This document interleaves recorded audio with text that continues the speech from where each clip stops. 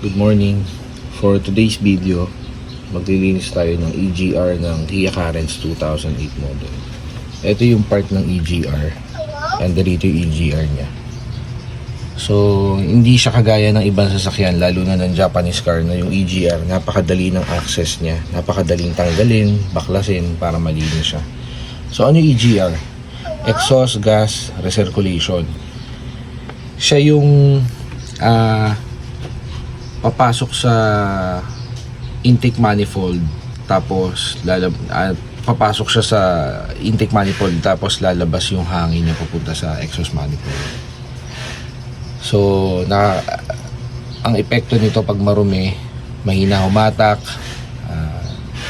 medyo malakas siyang kumonsumo sa diesel or sa gas. May delay, may power delay. So dahil hindi siya makahinga. So pakikita ko sa inyo mamaya kung bakit ganoon, kung ano yung loob niya. So bago niyo siya tanggalin, importante talaga na dapat tanggalin niyo yung ground ng battery bago natin siya hugutin, kasi may terminal din doon sa part na yun. So tanggalin muna natin. Tanggal na yung negative terminal. So eto yung terminal naman sang EGR na nakadirekta sa computer box. Tinanggal na rin natin. Madali lang naman, may clip lang yan. Pindutin nyo lang yan pababa. Sabay hugot yan, okay na. So papakita ko sa inyo yung mga tornilyo na tatanggalin.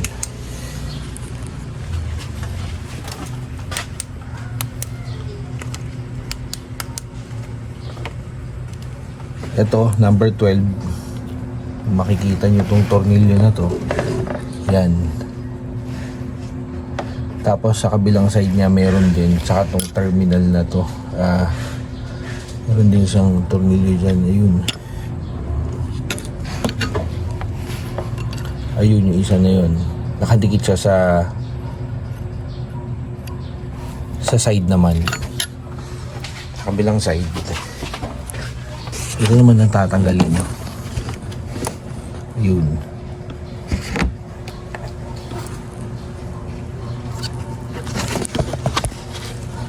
Yan. Tapos meron din isang tornilyo dito sa kabilang side. Mahuhugot nyo na yan. Tapos tatanggalin nyo rin yan. Ito, yung mga hoses na yan na may coolant yan. Nakakonekta yan sa water pump tsaka sa radiator. Yan. Ito, para mahugot nyo to ng madali. Saka itong part na to. Napaka-importante ng proper tools para hindi kayo mahirapan o mapuwersa ng pagtatanggal.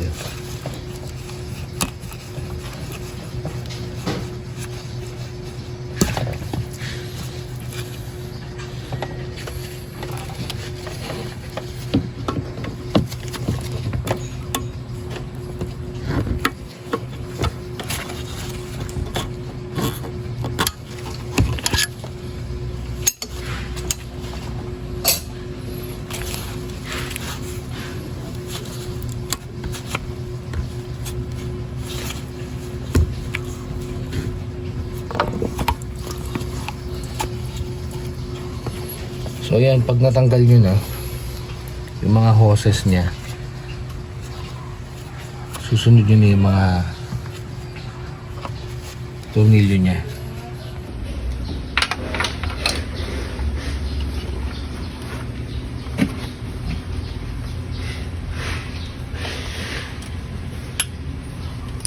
So yan, natanggal na natin yung sa side na dito, tsaka dito sa side na to. Bali dito 3 tornilyo, dito naman 2. So medyo dukutin lang yun dito sa side na to. Medyo syempre matigas yan dahil nainitan, tumigas. Halos yung bakal syempre nag-expand yan pag bumitigas. So lamig, init. So ito, pag tanggal nyo na, dukutin lang yung isa, lalo na kailangan medyo di ganun kahaba at Hindi rin ganun kaiksi yung tools, yung wrench nyo. So yan, matatanggal na yan. Since natanggal na yung dalawa dito. Tsaka tatlo rito. So yan.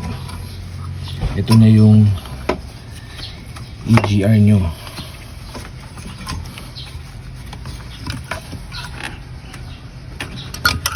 Yung purpose niyan, kaya may coolant para ma-cool down.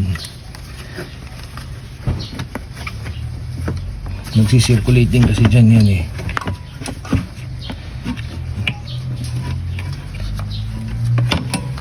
So ayan, ayun na yung EGR ng sasakyan natin ng Kia Karen. So halos pare-parehas lang naman ng EGR, ganun din yung purpose. So ito yung bulb niya. So lilinisin natin siya today. Tatanggalin yan, yung mga allen na yan. Check natin yung bulb kasi pagka masyado na yung carbon yan sa loob, ang nangyayari yung bulb niya naglalak, hindi siya lumalapat ng husto, nakabuka siya. So yun yung nagko-consume ng malakas na diesel or gas dahil hindi na lumalapat yung bulb niya.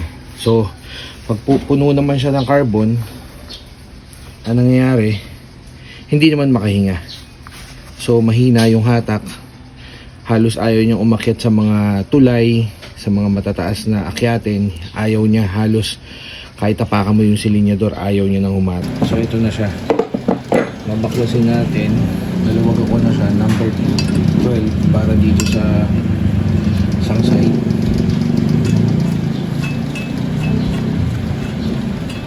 Gagamitin natin pang linis sa kanya degreaser tsaka carburetor cleaner para matanggal yung mga naipon na carbon deposit. Ako naglilinis ako nito every 6 months. Pero tingnan mo yung carbon niya na meron sa loob. Dito naman sa side na to, basta may T-wrench kayo number 10, madali. Mahirapan lang kayo pag wala kayong proper tools.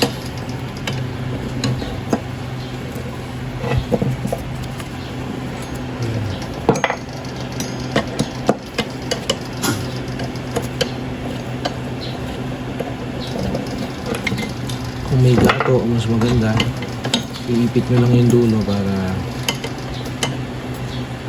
hindi gumalaw. Pero sa akin, naigado ko na siya, so naluwag ako na.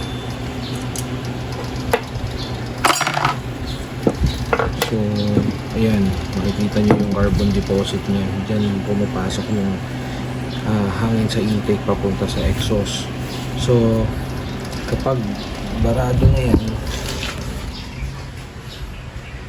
yan, kung mapapansin nyo, hindi na rin siya makakahinga na maayos. Usually bumabara yan dito sa butas niya sa gilid.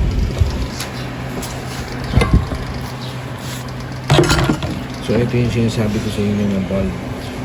So dyan pumapasok yung, mapapansin nyo, masyado nang madami yung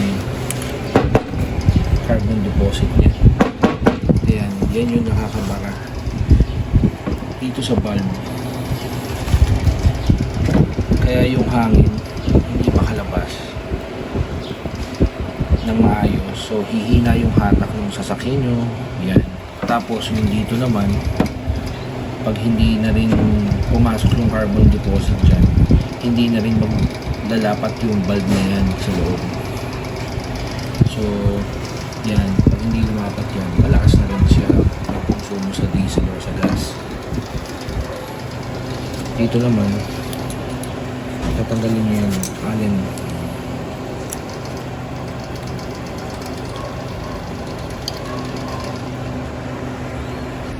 So natanggal na natin siya.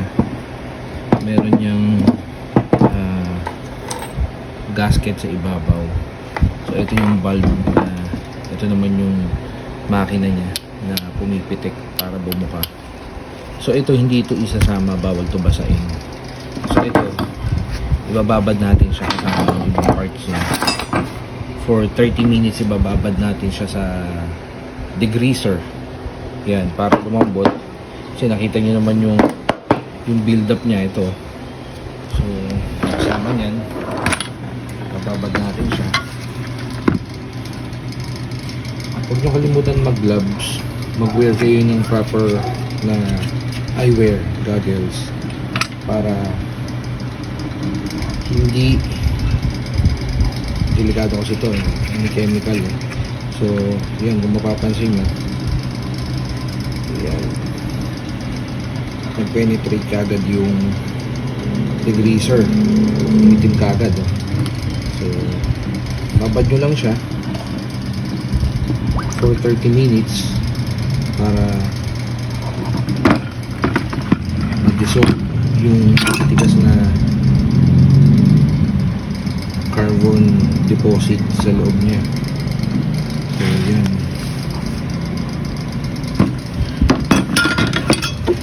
after 30 minutes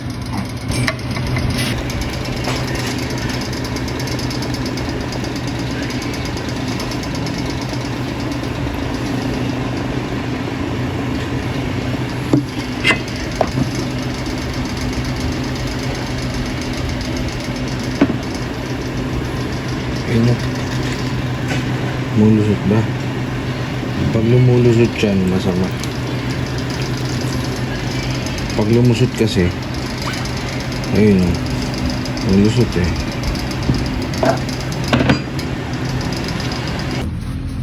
Ito, pangalawang linis na natin siya. Sobrang dumi. Imagine 6 months lang. Nakita nyo naman yung carbon deposit niya pagbukas. So ito yung bulb niya. So ito guys, nasisira rin to eh. Pag sa sobrang dumi, kakainin na rin ng carbon yung bakal. So yun yung loob, yun yung pinaka bulb niya, yun kung makikita. Ayun. Ayun. So yung pinaka bulb na yun, kung mapapansin nyo, doon bumabara yung mga carbon deposit. So hindi siya lumalapat ng sara ng husto. So anong nangyayari, pumapasok yung hangin dahil hindi siya nagsasara. So nababasa ng ECU mo yun. So anong nangyayari, mas nagko-consume siya ng malakas na diesel o gasolina.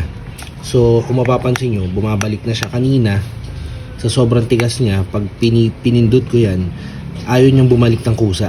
Kasi hanggang dun sa loob na yun, affected na ng carbon deposit yun. So yan, kung mapapansin nyo, maitim pa rin yung lumalabas na degreaser. Tatandaan nyo guys, importante yung degreaser, EGR cleaner or engine cleaner, okay sila. Di baling wala kang carburetor cleaner, basta importante meron kang degreaser. Kasi talagang nagpe-penetrate, tinatanggal kasi talaga ng degreaser yung carbon. Nakadesign siya para lusawin niya yung mga tumigas na oil na dinapuan ng mga alikabok, carbon deposit, yun talaga siya. So babad nyo lang sa kailangan malinis siya para makita nyo yung difference niya. Ito, mapapansin nyo, dark yung lumalabas pa rin sa kanya. Yun yung dinadaanan ng hangin punta sa exhaust. So malinis na rin siya. Ito naman yung tubig, pinapalamig niya yung body para hindi uminit. Nakaka overheat din kapag ang EGR nyo sobrang dumi, hindi makahinga yung engine. So nagkokos din to ng overheat. Yan, hindi lang yung sirang radiator o sirang gasket, overhead gasket, pati ito pwede mag-cause yan ng overheat dahil hindi nakakalabas yung init ng makina. So kung mapapansin nyo, marumi pa rin siya. So babad nyo lang, importante mag goggles kayo kasi napakadelikado niyan pag natalsikan kayo sa mata. Yan. So ako purong Puro lang siya. Walang halong tubig or any additives o additional para lumabnaw o yan.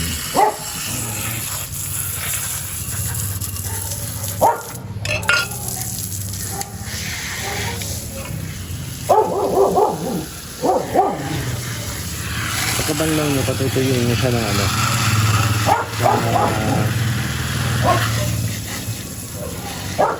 pressure ng hangin para sigurado na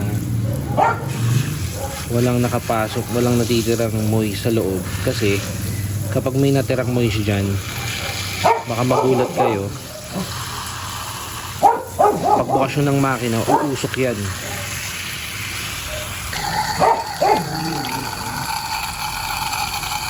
So kung mapapansin nyo, maitim yung hangin yung lumalabas ng tubig.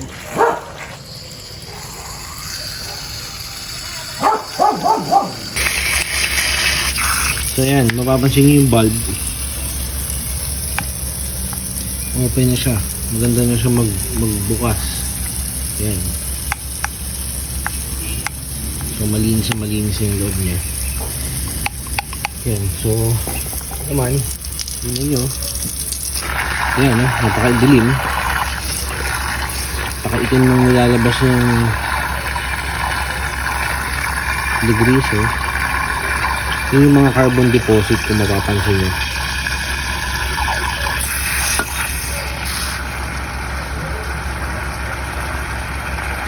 So binabaran ko lang siya ng 30 minutes, tapos nakadalawang linis tayo sa kanya.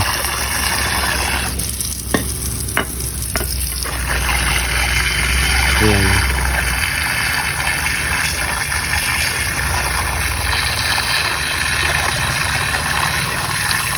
Makikita nyo sa side yung mga nag-build up na carbon deposit sa kanya.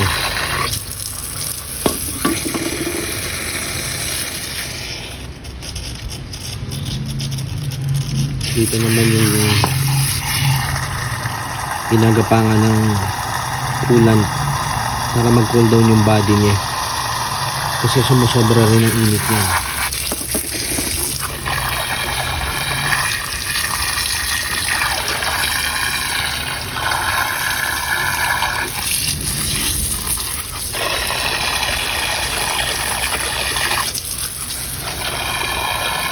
After nito, i-blower natin siya.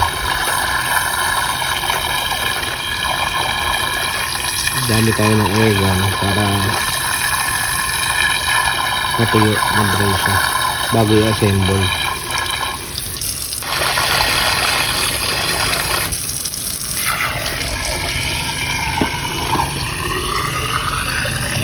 Natin siya ng air dry.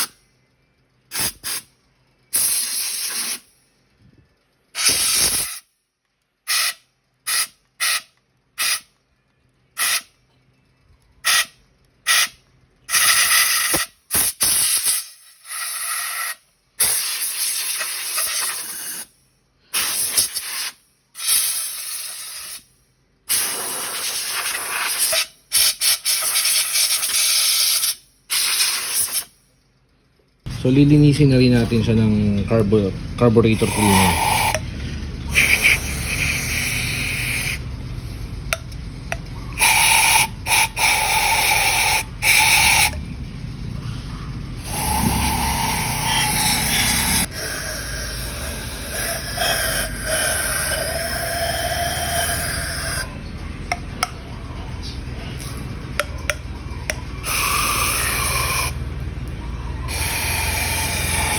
Para malinis na malinis yung bulb niya.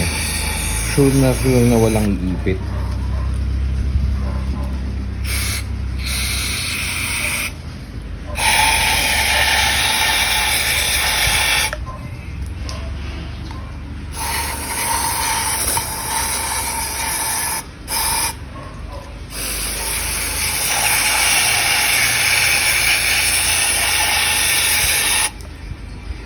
Okay no? So ito malinis na siya. Mga bulb niya sobrang okay na siya, malinis na. So ikakabit na natin siya. So pagkakabit naman ganun lang din. Papasok mo lang din siya. Ingatan nyo lang yung mga tornilyo kasi dukutin niya siya malalim, so baka mamaya malaglag. Okay lang kung babagsak sa ilalim, mahirap sa mga singit ng makina, so baka hindi nyo makuha. So kailangan meron kayong magnet. May magnet pen na adjustable siya. Pangkuha yun ng mga nalalaglag sa ilalim.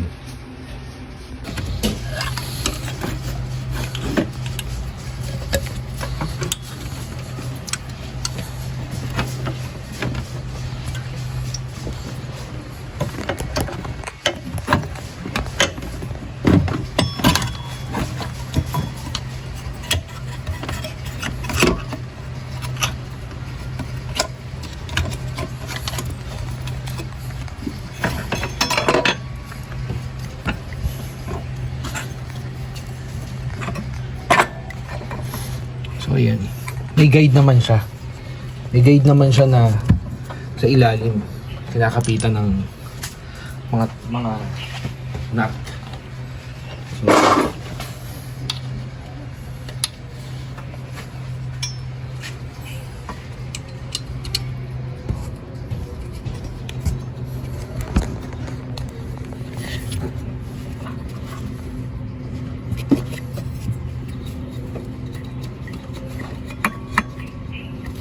So ganun din siya sa side, sa gilid na yun. Tapos ganun din. Tapos meron siyang guide sa ilalim dito. So naikabit na natin lahat. Ikabit na natin yung lock niya. So itong mga pipe na lang ng hose na lang ng radiator para sa radiator hose. Sa circulation niya.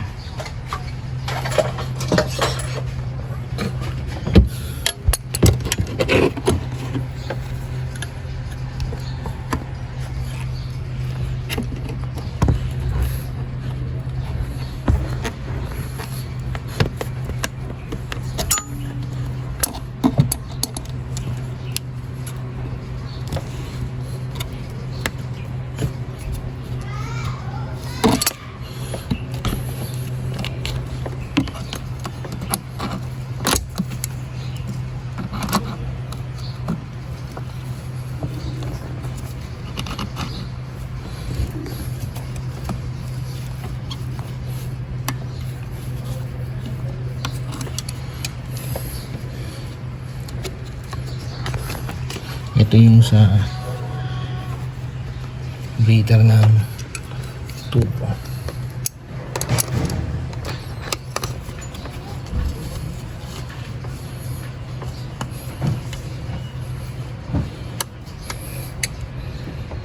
So nakapitan natin lahat. Dali natin yung terminal.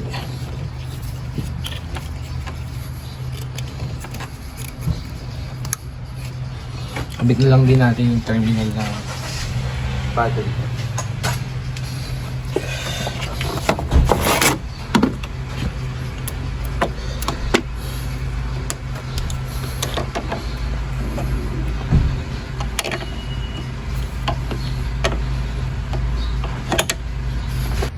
Okay na. Yung sa terminal ng battery, huwag masyado mahigpit kasi yun yung common issue na yung pinakatingga ng ulo ng battery napuputol o lumiliit. So higpit pulso lang siya, hindi naman kailangan ng braso. Every time na mga maghihigpit tayo ng mga ganyang klase ng tornilyo, lagi nyo tatandaan, pulso lang, hindi kailangan ng braso. So bago nyo i-start yung kotse, i-check nyo yung mga tinanggal natin, kung okay yung luwag, nasikipan na ba. So sa case natin lahat okay na siya. may tumapon na coolant. So nabawasan siya ng konti. So pwede nyo na lang dagdagan dito sa reservoir niya ng coolant. So ayan, start natin.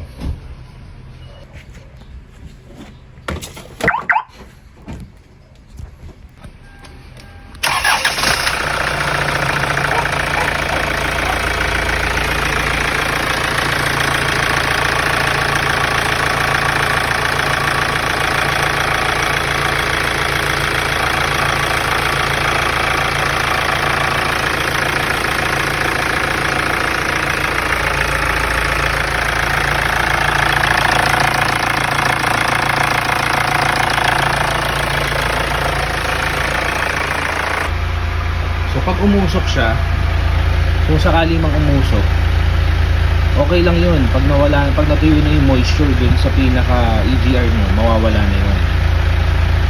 So sa atin, walang usok. So napatuyo natin talaga yung tubig o yung moisture dun sa EGR. So okay na, na-start na paandar na natin, okay na. So yun yung EGR, kung paano linisin, kung ano yung mga possible causes pagka marumi na masyado yung EGR nyo. Yun nga, mahina humatak, malakas sa gasolina, malakas sa diesel, kung diesel ka. Tapos yung iba tinatanggal yan, pero kamalauna nagluluko yung minor, nawawala sa minor yung sasakyan. Kaya nilagyan yan para makatulong sa nature, para mabawasan yung nitrogen oxide na binubuga ng sasakyan.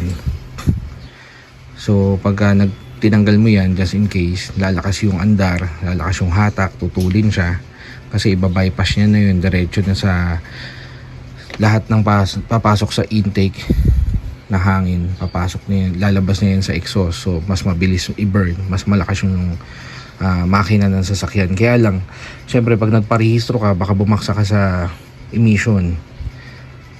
Pangalawa, yun nga, mawawala sa kondisyon yung sasakyan mo kamalaunan, tataas yung binor. So hindi dapat tanggalin, hindi siya advisable tanggalin. Ang pinaka-advisable sa kanya, linisin more often, lalo na kung araw-araw ginagamit yung sasakyan, kasi talagang nagbi-build up ng carbon yung part ng EGR talaga. So thank you guys, pa-subscribe sa channel ko. Thank you.